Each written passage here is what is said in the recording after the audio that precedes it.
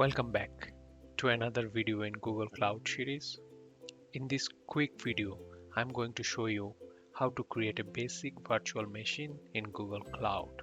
I already logged in my Google Cloud console, and for this demo, I'm going to use demo project that I created in my earlier videos. Let's select this one.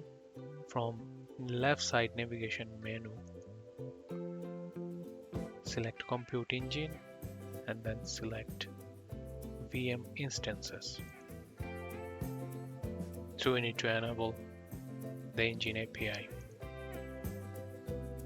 Once the API enabled for the first time, the work area looks like this. This is where you manage all the virtual machines in your project. So now you see there is no virtual machines in this project. Let's go and create a new instance. Click Create Instance.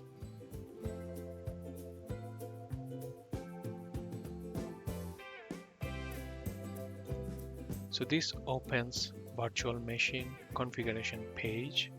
So first enter your virtual machine name. That must be unique inside your project. So let's call it demo VM. Next, select your region. So for my case, Toronto. Under Toronto, select what zone. So right now, 3 zones available, A, B, and C. Let's select the middle one, B. Next, virtual machine types based on your workloads, and also the cost and flexibility will be varied. First one selected for general purpose. So those are general purpose.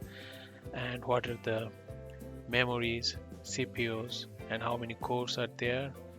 And you can also choose compute optimized, memory optimized, storage optimized, and GPU based. Based on your project's requirement, choose appropriate machine types. For our demo purpose, we are going to use general purpose. So now let's select E2 series.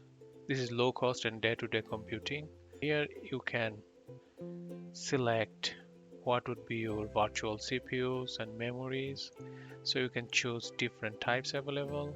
One is the shared core, standard, high memory. So you will get up to 120 GB of memory for that category, and high CPU you will get up to 32 virtual CPUs and with 32 GB of memory. So those are like pre-configured setting. For our case, let's select the default one, medium one, and based on that your pricing also change in the right side. So if we instead of medium, if we choose micro or small, for example, if it is micro, the price changed to $7.83. Provisioning model. So in the provisioning model, by default it is selected standard. Standard is the most ideal for most workloads, but you can also choose port 1. So that is not like guaranteed always running. So based on that, so this is like a discounted model. So based on that, see the price actually discounted to 5.17. The standard one is the guaranteed and always on demand. So that is costly, $28 for monthly cost for this configuration. But if we support port 1, so that is highly discounted, more than 90% discount here. So you'll get $5.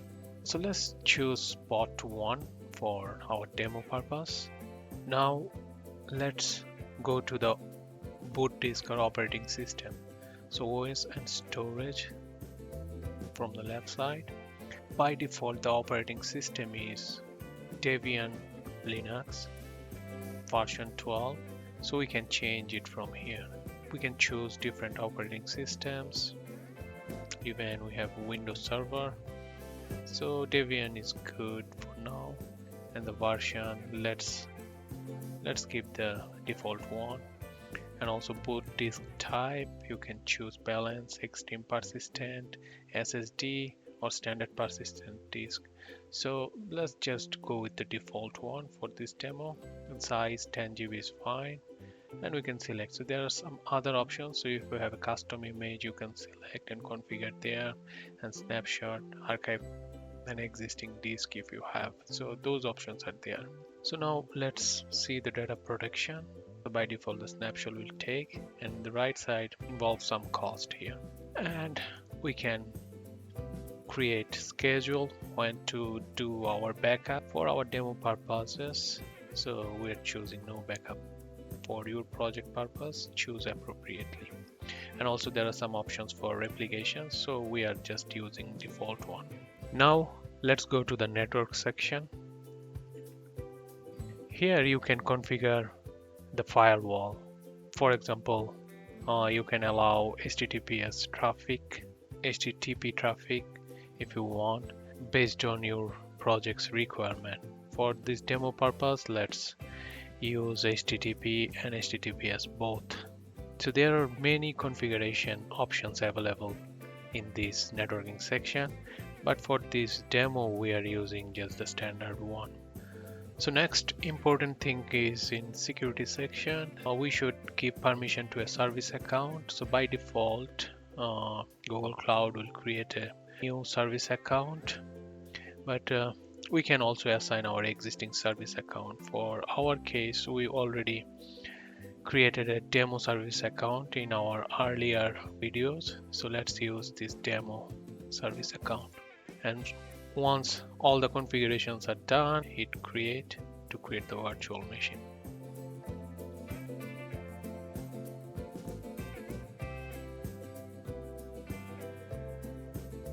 So the provision in progress. So the virtual machine created demo VM, status is created and status is running. Now let's try to connect to this virtual machine. So here in the connect section you see SSH. We can connect through SSH. Click SSH.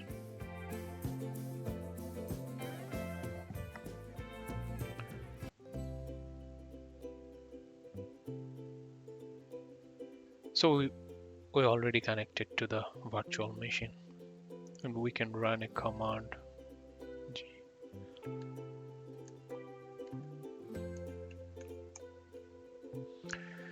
and we can see our demo service account that we added during our virtual machine created, that has the permission.